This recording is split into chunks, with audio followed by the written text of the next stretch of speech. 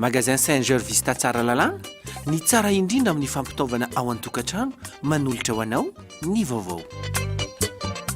Vao shampoing s'il vous plaît. Vaovao, faux shampoing citron, papaye mixement, amin'ny sachet sy tavoahangy. Ankafisy amin'ny fotoana rehetra ny sardine Annie. Sardine Annie, tsara tsiro, mora ampiasaina, mora vidy. Soka Vitre, le spécialiste de la menuiserie en aluminium, des volets roulants, des vitres et des rideaux métalliques. Vaovao shampoing, sardine Annie, Soka Vitre, manolotra anao ny vaovao.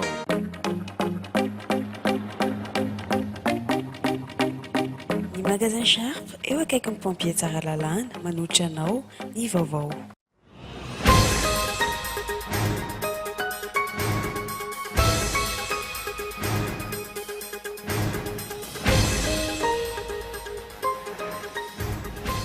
Longolongo ny tsarahan'ny ministra vitsivitsy sy ny député tetsy Tsimbazaza androany maraina fa hatsoana manaraka nataon'ny gouvernemanta Kolo Roger fito amin'ireo mpikambana ao amin'ny gouvernemanta ihany no tonga nanatrika ny fihaonan'ny gouvernemanta sy ny solombavamboaka tokony ho natao androany.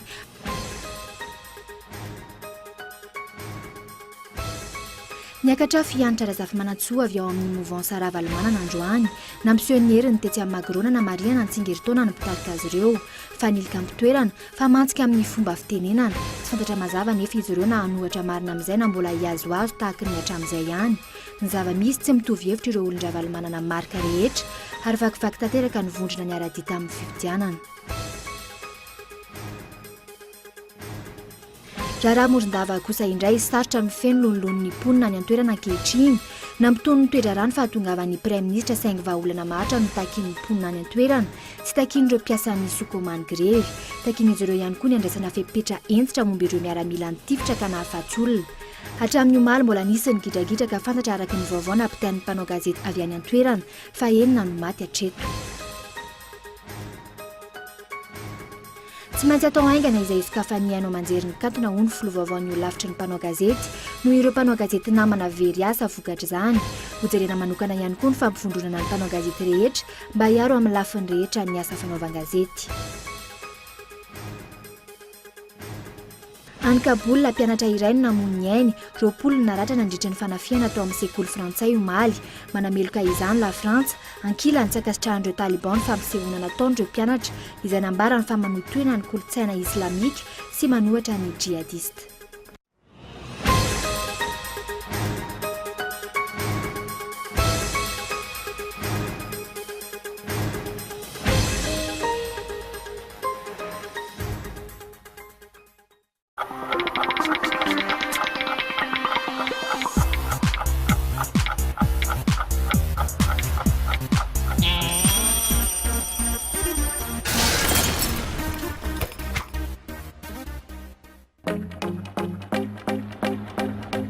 Équipements de maison, n'attendez plus et choisissez le magasin Sharp Tsaralalan, le représentant des marques Sharp et Séverin. Sharp propose toute une gamme de congélateurs, réfrigérateurs, lave-vaisselle, machines à laver et divers types de petits électroménagers. Pour tout achat d'un appareil Sharp, le magasin offre une garantie de 12 mois. Sharp, idéalement vôtre.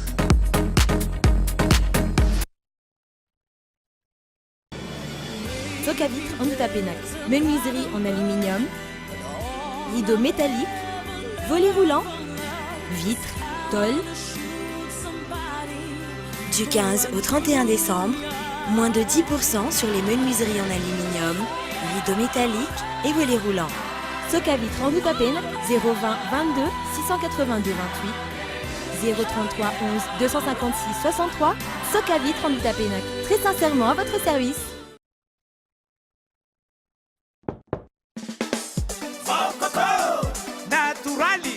Zato isanjato Vao Kolo tsy miparitaka Vao Kolo tsy mandoto sady mora hoentina Vao Kolo azo antoko Vao Kolo tsara kalitao Vao Kolo tsy matahotra orana Tsara Vao Kolo ok ya mora ampiasaina Vaovao tsara tsara ho zaho. Zato ariary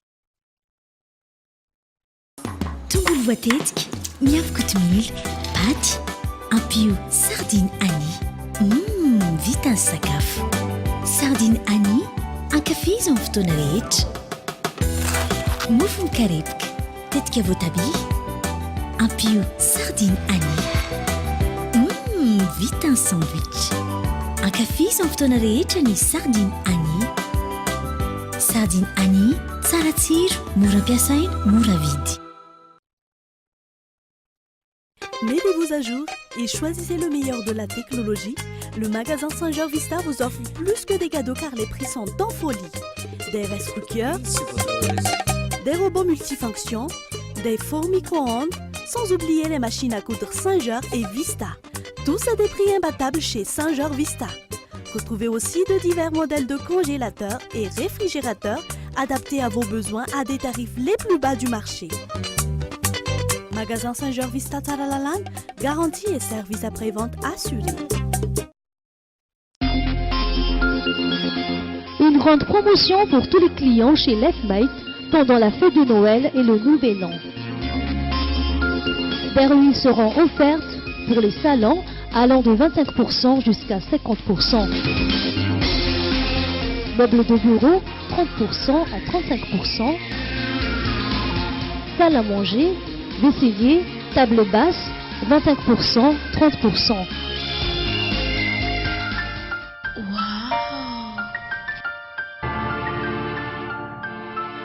Lefmet, Anoussat.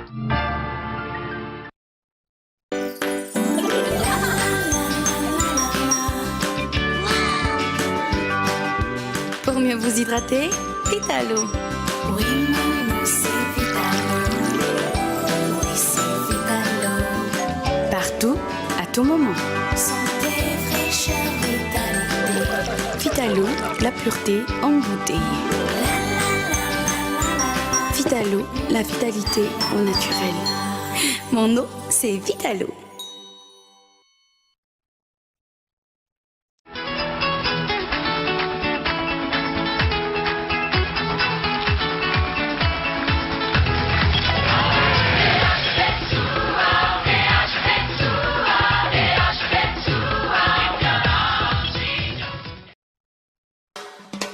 Krismasy indray mitselatra tsisy nofo tsy tanteraka andao fozina daholo ny atao tokantranontsika rehetra e ny télé ovaina an'le smart TV LED amin'izay sady azo anaovana internet lecteur ovaina an'le HD ny frigo atao amin'le ngeza ny cuisinière gaz atao amin'le misy lafaoro ny ampli bafle andizana amin'ny farany taona ekene ary militiro bosi mibatesy to adinao promotion tsy misy to azy ingezao amin'ny conforama e hatramin'ny groupe électrogène ka izany tsy hoany conforama tsara lalàna mirary fety sambatra ho anao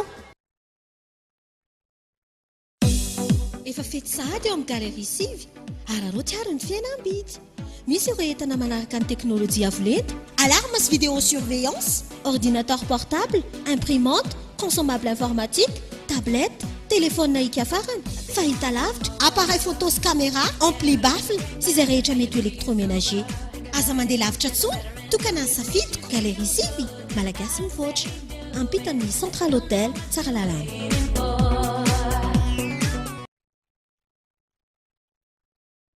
haiko prody manolotra anao tadio tsara tare loatra ianao milanao loatra pelana ianao nge directeur horonantsara indray miseho okane ivoaka manerana nosy ny 17 desambra ny DVD sy VCD amin'ny vidiny 7 ariary sy 10 ariary original ihany ny atsika tadio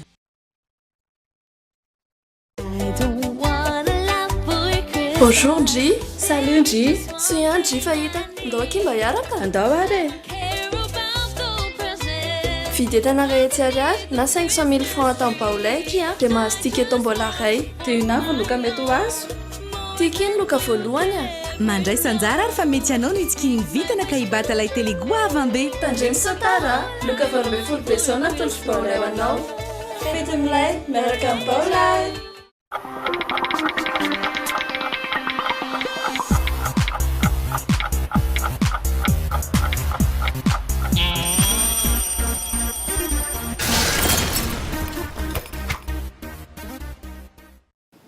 Ankafaliana trano tompo kilasy somboko vavy ny tsy diny indray ny tokantranao amin'izao takarivo izao miarabanao ary manasanao anaraka ny vaovao hatramin'ny farany eo amin'ny pejin'ny politika avy hatrany no isantarantsika ny fiarahana amin'ny tian'io ity fahantsoana manaraka nataon'ny governemanta Kolo Roger fito amin'ireo mpikambana ao amin'ny governemanta ihany no tonga nanatrika ny fiaonan'ny governemanta sy ny solombavambahoaka tokony natao androany tranga izay nampiakatrafo ireo solombavambahoaka ireo maro amin'ireo fantanana napetraka tamin'ny fiaonana farany no mbola tsy voavalan'ny governemanta Kolo Roger ho hiatran'izy ireo ka tsy misy antony ionana amin'ireo solotena ireo erinina rabary.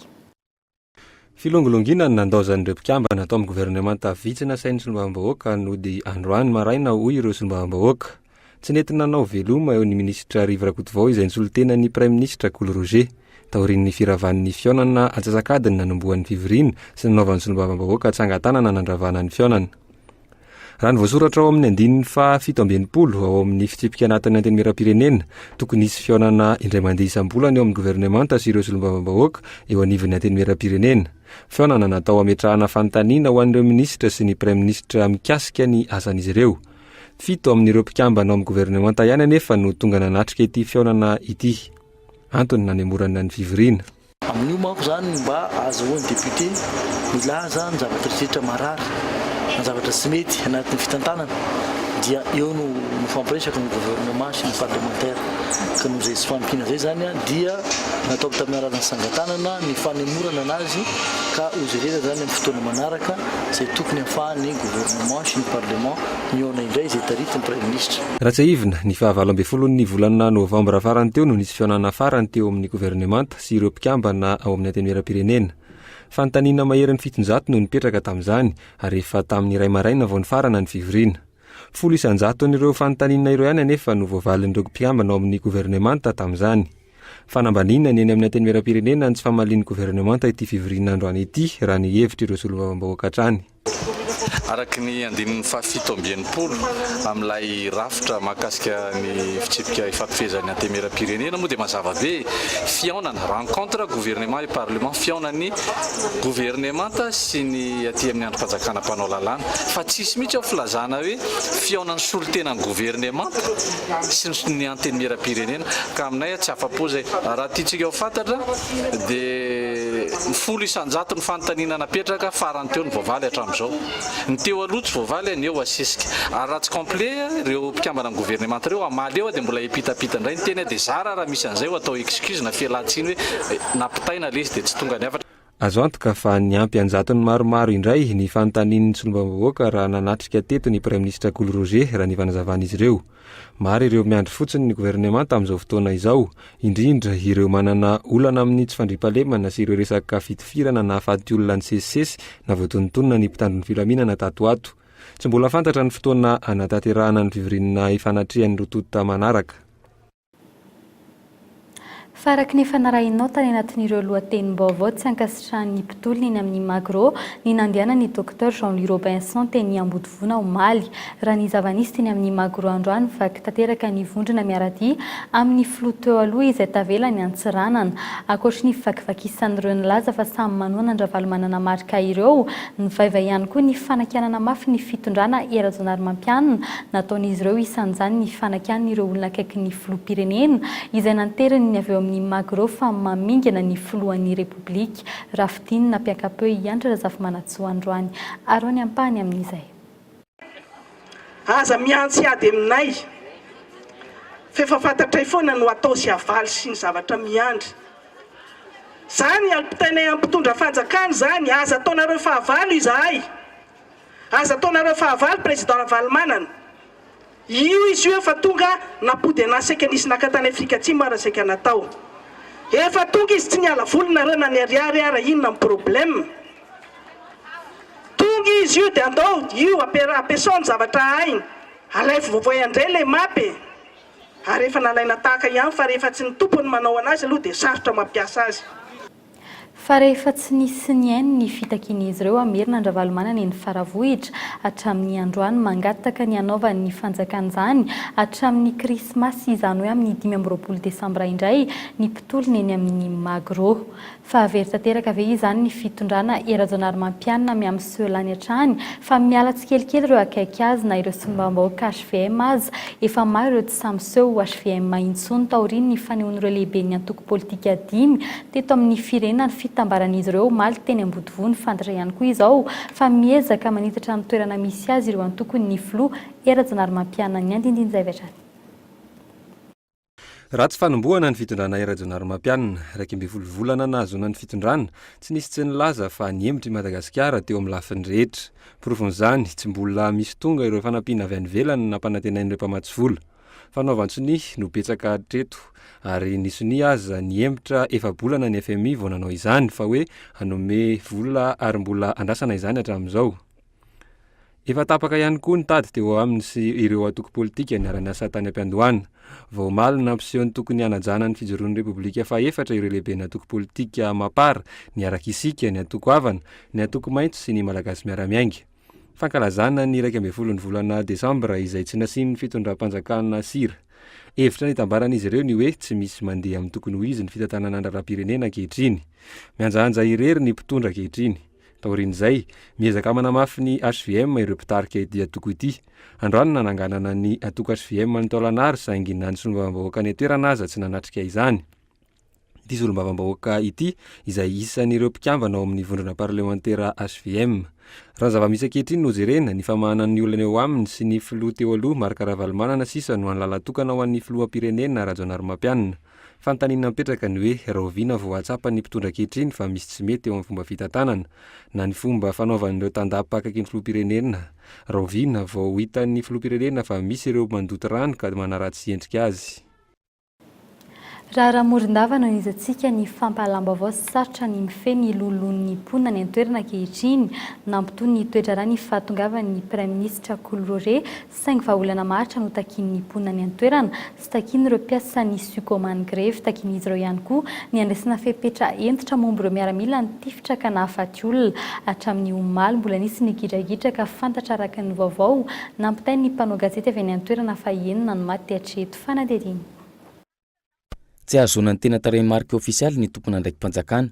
Ny vaovao avy ny Moridava kosa androany no manamarina fa niakatra nisan'ny maty amin'ity raharaha grevy any antoerana ity. Tamin'ny alarobia teo, 2 no maty, olona 2 tsy tao anatin'ny fitakiana izay voan'ny bala ny mpitandro filaminana. Ny fahafatesan'ireo olona ireo no nitarika ny fandrombana ny harivan'iny hatramin'ny omaly alakamisy maraina sy atoandro. Omaly tao anatin'ny fanjavona, ny ampy ny isan'ny maty, isan'izany ny isandary 2 sy miaramila ray ary gardien mpiambina ny sikoma iray. Amin'ireo 7 naratra mafy niditra hopitaly kosa araka ny loharanom-baovao maromaro avy any antoerana dia 8 sisa izy ireo no any amin'ny hopitaly fa ny iray efa afaka nody. Depo nisy siramamy miisa 3 no ananany sikoma ary ny iray no voaroba omaly ka siramamy 70 taonina ny voaroban'ny mponina, ny ampy simenitra, zezika, kodiarana ary vy. Ireo miaramila avy aty Antananarivo kosa miambina ireo depo 2 hafa izay tsy voaroba. Tany antoerana ny praiminisitra Kolo androany niaraka tamin'ny ministra 5 hafa araka ny fanazavany ny oloaranom-baovao eo hatrany ka nanambara fa tsy tao anatin'ny baikony meny ny tifitra vahoaka fa ny andraisana andraikitra. Iantoka manontolo ireo rehetra ny aramboina sy voaroba ny fanjakana malagasy raha ny fanazavany ny praiminisitra tany antoerana. Ny praiminisitra Kolo izay angatahany hery politika maro ametra-pialana ankehitriny. Dia izay koa ny dirantsika eo amin'ny pejy toe-karenina miomana amin'ny mety akara ny fandaniana ireo orinasa mpanodina lamba raha voaray amin'ny tsena ny agoa ankilany tsy maintsy ampiasa milina mpamokatra herinaratra vokatry ny delestage andanina mitaky fampidirana piasa vaovao ny famokarana entana ondrana izay akatra avo roeny farafahakeliny mitohy kosa ny fitsiriny ireo orinasa mangataka ny lalambarotra agoa samy manana ny masitsivana ny ministera 5 miara-mifantiny ireo azo anondrana ny fanajana ny zon'ny piasa ny fiaroana ny vatana sy ny tontolo iainana ny filafy ny famokarana ny maharadalana ny fijoron'ilay orinasa ary ny fahafahamamokatra fanadihadiana hoentin'ny Oliva Manamahefa. Ho fantatra ato anatin'ny 2 herinandro ny orinasa mpanodina lamba afaka hanondrana entana ao anatin'ny tsenany agoa Fanotelony amin'ny fitsiriana taon'ny komity misahana ny fifantenana eny anivon'ireo ministera 10 voakasika ity sehatra ity ny androany. Nahafantaran'ireo fepetra sy ny masotsivana napetraky ny Amerikanina amin'ny fahafahamanondra ny entana ho an'ny ministeran'ny tontolo iainana, jerena akaiky no mikasika ny fiarovana ny ain'ireo olombelona miasa ao amin'ilay orinasa, fampiasana arotanana vy amin'ny fandidiana lamba ohatra, ny fahadiovan'ny toeram-piasana, iankina ny fahasalamana, ny ministeran'ny asa-panjakana, mitily ny fomba fitantanana ny piasa, fanajana ny ora fiasana, ny sakafo, ny taratasy samihafa toy ny bulletin de paix. Ireo zao le comité interministériel izay ahitana ny environnement, travail ary ny douane sy ny commerce.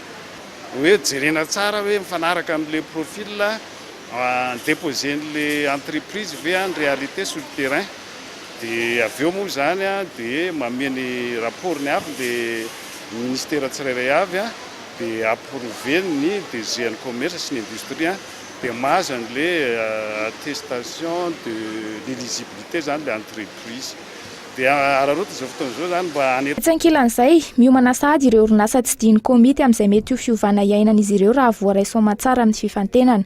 Ny fandaniana ara-bola no tena notsipin'ity talen'ny orinasa iray ity, izay sady filoha lefitry ny fivondronan'ireo orinasa franche sy ny mpiara-miasa aminy na ny GEFP.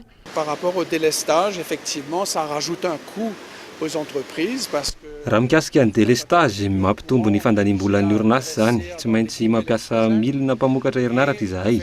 Tena lafo anefa ny fanodinana izany amin'ny viditsoloky. Tena manahirana anay ny délestage. Raha hiditra ao amin'ny agoa izahay, mila manampy ny piasa ihany koa, tsy maintsy ampitombona ihany koa ny famokarana ataonay. Le personnel et augmenter forcément notre capacité de production. Raha tsy aivina, orinasa valo hatreto no mbola liana tamin'ity tsenany agoa misokatra ity. Avy hatrany dia afaka anomboka hanondrana entana ireo mahazo certificat d'éligibilité rehefa avy mahazo indray ny visa agoa.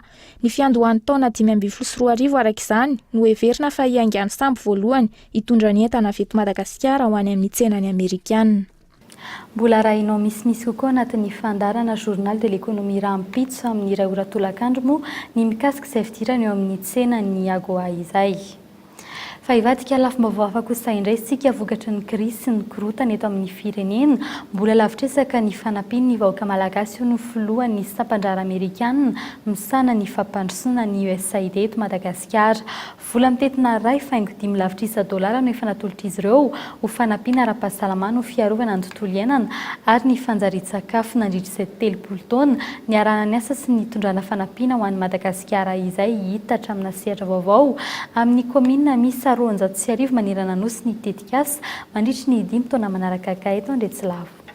Ny taona 1770 no tonga teto Madagasikara voalohany ny USAID, fiarovana ny zavaboary, ady amin'ny kolikoly, fampitomboana ny tahan'ny fahafahana mamonjy sekoly, ady amin'ny tsy fanjarian-tsakafo, fanampiana ara-pahasalamana sy fitsaboana, ady amin'ny fanondranana olona ny tsokosoko sy ny maro hafa. Isan'ny sehatra iasan'ity vondrona mpanao asa soa ity avokoa ireo. Raha ny salanisa azo momba ny fahasalamana ohatra, ny 9,7% ny tsy fahatomombana ny fitomboan'ny zaza latsaky ny 5 taona, raha toka 7,7% izany teo aloha, ary lasa 20% ny tahan'ny tsy fahampindanja, raha toka 7,2% izany teo aloha, tany amin'ireo toerana sy faritra niasany ny tetikasa.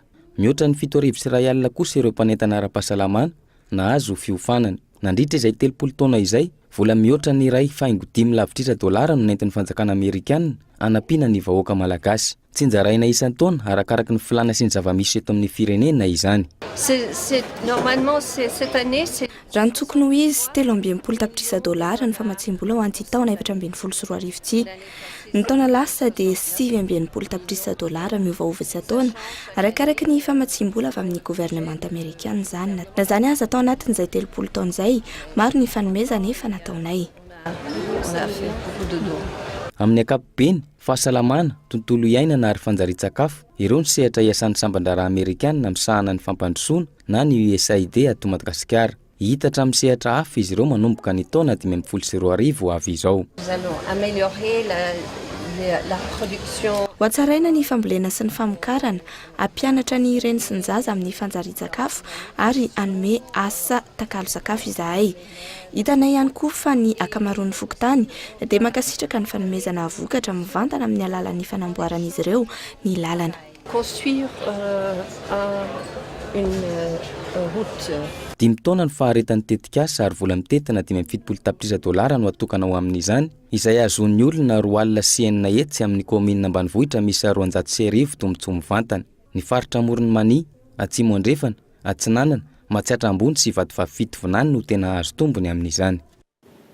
Eo amin'ny tontolon'ny asa fanaovan-gazety kosa indray araka ny fanarahinao tany anatin'ireo lohatenim-baovao tsy maintsy atao aingana izay sokafan'ireo ainao manjery ny katona hoy ny filoha-baovao ny eo lavitry ny mpanao gazety noho ireo mpanao gazety namana very asa vokatra izany. Hojerena manokana ihany koa ny fampivondronana ny mpanao gazety rehetra mba hiaro amin'ny lafiny rehetra ny asa fanaovan-gazety isan'izany ny fanesoran'ireo mpanao gazety mpisantoka ny fanamorana ny fahazoam-baovao eny anivon'ireo ambaratonga-pahefana rehetra ny andinidin'izay vetrany. Amin'ny ankapobeny, atao iantoka ny fanajana ny etika sy ny deontolojia ny asa fanaovan-gazety no lavitra. Isan'ny atao lahara-pahamehana ny fanatsarana ny asa fanaovan-gazety amin'ny alalan'ny fanofanana, indrindra ireo tanora vao mirotsaka amin'ny sehatra asa. Ankoatr'izay, hojerena manokana ihany koa ny momba ireo aina manjery ny katona. Saka fanokafona ireo aina manjery ny katona. Ho amin'ny anaran'ilay antsoina amin'ny teny frantsay pluralisme dia hojerena izay fomba hitakina ny sokafan'ireny satria misy mpanao gazety very asa tamin'ireny ary mbola tsy taverina tamin'ireny. Izay anisan'ny zava-dehibe ho resantsika. Mbola tsy misy vina mazava hanatanterahana izany hatreto. Raha ny fanazavana azo, mila fakan-kevitra avy amin'ireo mpanao gazety any amin'ny faritra izany, indrindra ireo mpikambana ao amin'ny biraon'io lavitra. Ankoatr'izay, miendanja ny asa fanaovan-gazety taorian'ny savorivorin'ny tranga taorian'ny fifidianana fihodinana voalohany. Ao anatin'izay ihany koa ny lanja ananan'ity filoha ao lavitra vaovao ity, manoloana ny samy mpanao gazety sy ny mpitondra fanjakana. Ezaka fampiraisina ny samy mpanao gazety no vahaolana amin'izany, hoy ny filoha vaovao. Ny savorivoro kilato. Hitiny ny resaka hoe légitimité zany hoe fifidianana ny tranga teto fa tsy faneritendrena fahatany fotsiny amin'izao alao hajaina ny safidin'izay fidy. Raha tsy afaka ny fidy noho ny antony samihafa dia namana dia atsoina irahina foana. Fa tsy misy tombontsoa antsika mpanao gazety sarabazana satria tsy maintsy jerena izay entina miatrika izay rehetra mpizatra mpanindry sy mpanelingely ny fanaterantsika ny asantsika. Nambara tamin'ny fomba ofisialy androany fa lany tamin'ny fifidianana izay foloan'ny voalafitra mpanao gazety fihodinana faharoa natao ny sabotsy fahenina ny volana Desambra lasa teo izay rara Rakotonirina izay nahazo ny vato 770 ary nanana ny taham-bato 7,720 tamin'ny vato manan-kery. Raha tsy hivina 7,500 tamin'ireo mpifidy, miisa 3,900 manerana ny nosy ihany no nadatsa-bato tamin'ireo birao fandatsaham-bato miisa 520 nandritra ny fihodinana faharoa. Ny kandida ho filoha laharana fahatelo, Hervé Rakotozanana no nifaninana tamin'izay rara Rakotonirina izay nahazo ny isa 7,10 na ny 7,270 ny vato manan-kery. Ny zoma fa 7 Desambra ho avy izao eny vato araka izany no atao ny lanonana fametrahana amin'ny toerana ireo mpikambana 500 voafidy andrafitra ny filakevitry ny olavitry ny mpanao gazety eto Madagasikara. Izany hoe ny filoha lefitra isam-paritany, ny sekretera jeneraly, ny mpitambola ary ny mpanolo-tsaina isam-paritany. Iverenantsika ny pejin'ny politika vaovao mikasika ny antanterana ny fifidianana izay ho ben'ny tanàna ny 17 Jolay 2023 no daty natolotry ny senita anaovana ny fifidianana ben'ny tanàna daty izay mety mbola iova noho izany vao natolotry ny filan-kevitry ny governemanta araka izany no manapaka ny daty tena izy tokony hivoaka alohan'ny farantaona nefa izany daty izany mikasika ny fametrahana ireo antoan-taratasy filatsahako fidiana kosa iray volana sy tapany no fepitaona men'ireo ilatsaka ho ben'ny tanàna ametrahana izay antoan-taratasy filatsahana izay fa tafiditra ao anatin'ny teti-bolan'ny mpanjakana ho an'ny taona 2023 ny anaovana izay fifidianana izay ankoatr'ireo vola izay omen'ny mpamatsy vola 720 miliyara no vola natokana hanomanana ireo bileta tokana ampiasaina amin'izay fifidianana ho ben'ny tanàna izay sy ny fampiofanana ireo agent électoral. Fa iverenantsika ny lafiny sosialy misy lafitsara ny saingy tsy feno ny finiavan'ny fanjakana amin'ny famolavolana ilay satam-fe amin'ny fanotarana ny tanàna Antananarivo renivohitra ho fitambaran'ny komina 40 araka ny nambaran'ny filoha-lefitry ny fikambanana APUM izay ikambanan'ireo matianina amin'ny fitantanana ny renivohitra amin'ny taraina kosa ireo ny anivon'ny fokotany amin'ny rafitra vaovao tolotry ny fanjakana io eo amin'ny lafiny araboly fanadidina. Eo amin'ilay dépôt de candidature zany dia manodidina ny 7 alina ka hatramin'ny 1 hetsy ariary ny vola ilain'ny fokontany iray isam-bolana, vidy taratasy, stylo, vidin-jiro sy ireo kojakoja ilaina amin'ny fampandehanan-draharam-bahoaka. Tsy mbola tafiditra ao ny vola ilaina raha hanadio, raha hanao hetsika fampandrosoana. Ny kely ananana no ahiratra ho an'ny eny amin'ny fokontany. Tsy misy fidiram-bola hafa ankoatra ny saran'ny fifindra-monina sy ireo taratasy hafa ataon'ny mponina ao amin'ny fokontany izy ireny. Isy sa tsy isy ny famatsim-bola ho an'ny fokontany? Tsy misy resaka fokontany ny fandaharana asan'ny filoham-pirenena. Aiza ho aiza ny fanatsarana ny asa eny amin'ny fokontany rehefa mipetraka io rafitra ahitana fivondronan'ny komina eny ambin'ny folo ka sain'ny fanjakana ankehitriny atao io. Naharahibaiko avy amin'ny ministeran'ny atany ikombom-bavy ireo lehiben'ny fokontany raha nambaran'izy ireo nefa nanaiky nitondra fanazavana ho an'ny mpanao gazety ihany. Velona fokontany raha ohatra ka fotodrafitrasa rehetra misy eto tsy alain'ny arrondissement sy ny commune, ohatra hoe parking. Eto aminay zao misy parking ngeza be nefa nazay tsy mitantana nifa ny arrondissement mame vola kely any fotsiny zaky ny toy ny trimestre. Ny tena tanjonay ohatra ho kaiky fotsiny teneniko anao zao raha ohatra zao mba manana mba misy mame vola zay na ohatrany mba tokony ho tsarainy ty braonay ity satria efa tena antitra loatra sady efa tena tsy manara-penitra zany tsy ohatrany tsy brao-panjakana. Naneho hevitra kosa ireo matianina amin'ny fitantanana an-tanan-dehibe fa misy lafiny tokony hojeren'ny fanjakana ankoatra io volavolan-dalana io. Mbola azo avotana Antananarivo araka ny nabaran'izy ireo, tsy mitsaha mitombo ny mponina mifindra sy manoro-ponena ny ety andrenivohitra. Tombanana manodidina ny 2 hetsy isan-taona, malagasy iray amin'ny 2 kosa no onina andrenivohitra aorian'ny 10 taona ho avy. Critère anankitelo zany hoe zany ny fanorenana trano, zany hoe jerena daholo zany aiza daholo misy ny trano aiza daholo misy ny mponina, jerena ny densité dia aiza ihany koa ny fivezivezen'ny mponina. Zarana kenina ny commune urbaine d'Antananarivo sy hatramin'izao hoe 16 commune nampidino anatin'ilay izy. Efa misy ezaka lehibe izay zavatra izay. Izay ao amin'ny apim manefany tsy mbola ampy ny analyse nataon'zareo, mbola misy critère hafa, facteur hafa be dia be koa anisan'izay le niteneniko anankitelo teo tokony raisina amerana an'le agglomération d'Antananarivo. Andrasana fandrosoan-kevitra ireo matian'ireo amin'ny governemanta sy ny ministera voakasikity ity sehatra ity. Nanipika ny iray amin'izy ireo fa ny tsy fitoviany fomba fijery sy ny tsy fahaiza-miain'ny hevitry ny hafa ny tena olana. Eo ihany koa ny kajy politika ny mpitondra sy ny tsy fahampiany fahampafantarana ny lafiny ara-ketra sy ny fitantanam-bola. Ny fitangoronan'ny mponina amin'ny toerana iray miteraka olana isan-karazany toy ny tsy fisiany asa, fahalitoan'ny tanàna, valana aretina sy ny sisa. Miara-mianatra mba hay miara-miaina ao anatin'ny fahasamihafana io tarigetra nentin'ireo mpianatra manana fahasembanana misy 250 nahazo mari-pahaizana androany tetsy amin'ny Centre national de formation professionnelle des personnes en situation de handicap na ny CNFPPSH tetsy Ampandrinomby ny tondrana ny anarana hoe finoana.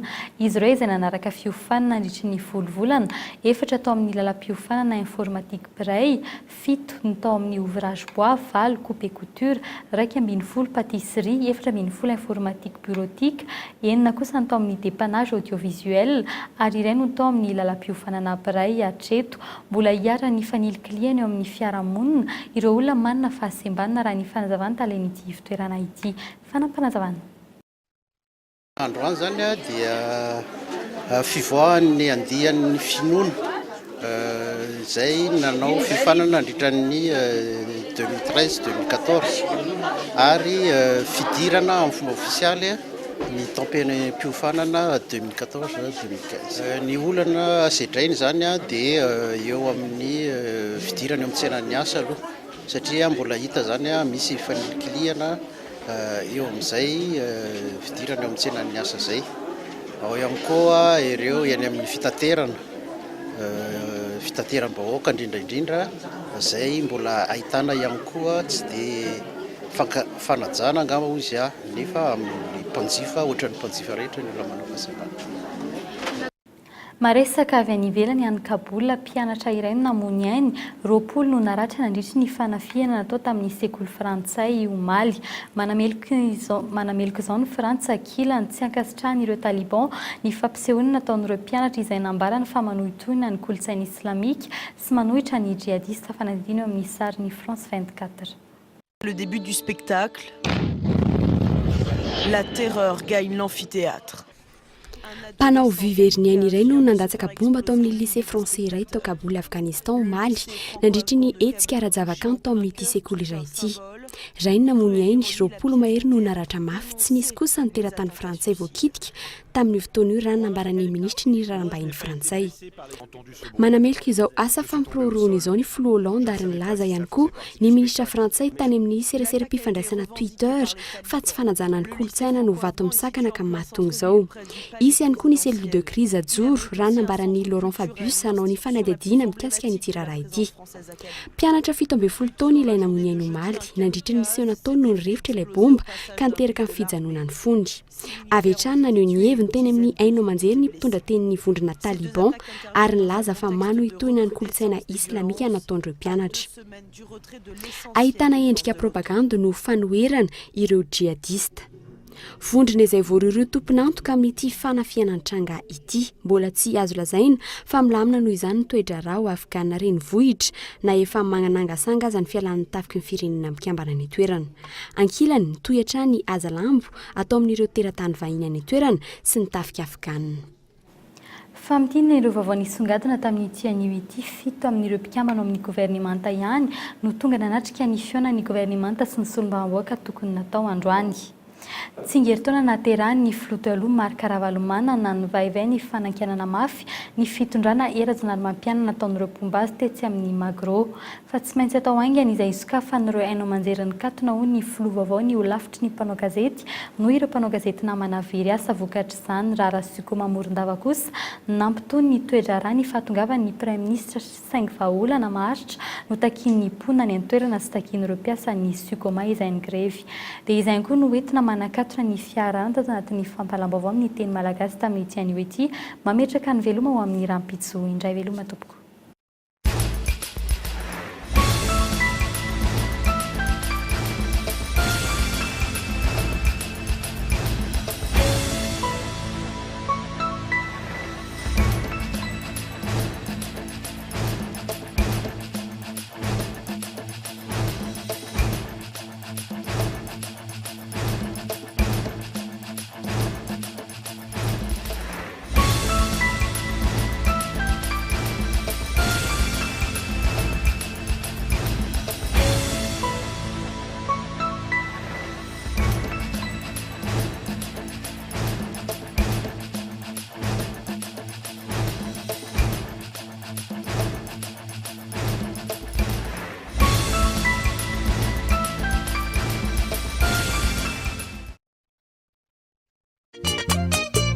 Ny fampahalalam-baovao teto amin'ny Kolo TV dia niarahanao tamin'ny magasin Saint-Georges Vista Tsaralalàna.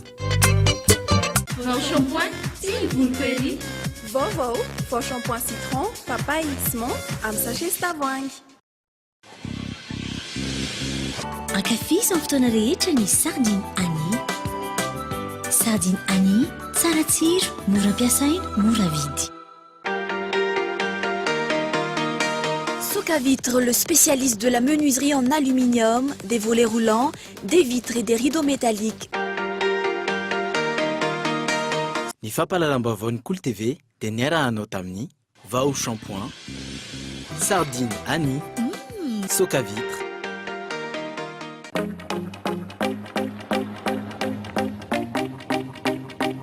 Ny magasin Sharp eo akaiky ny pompier Tsaralalàna nanolotra anao teo ny vaovao.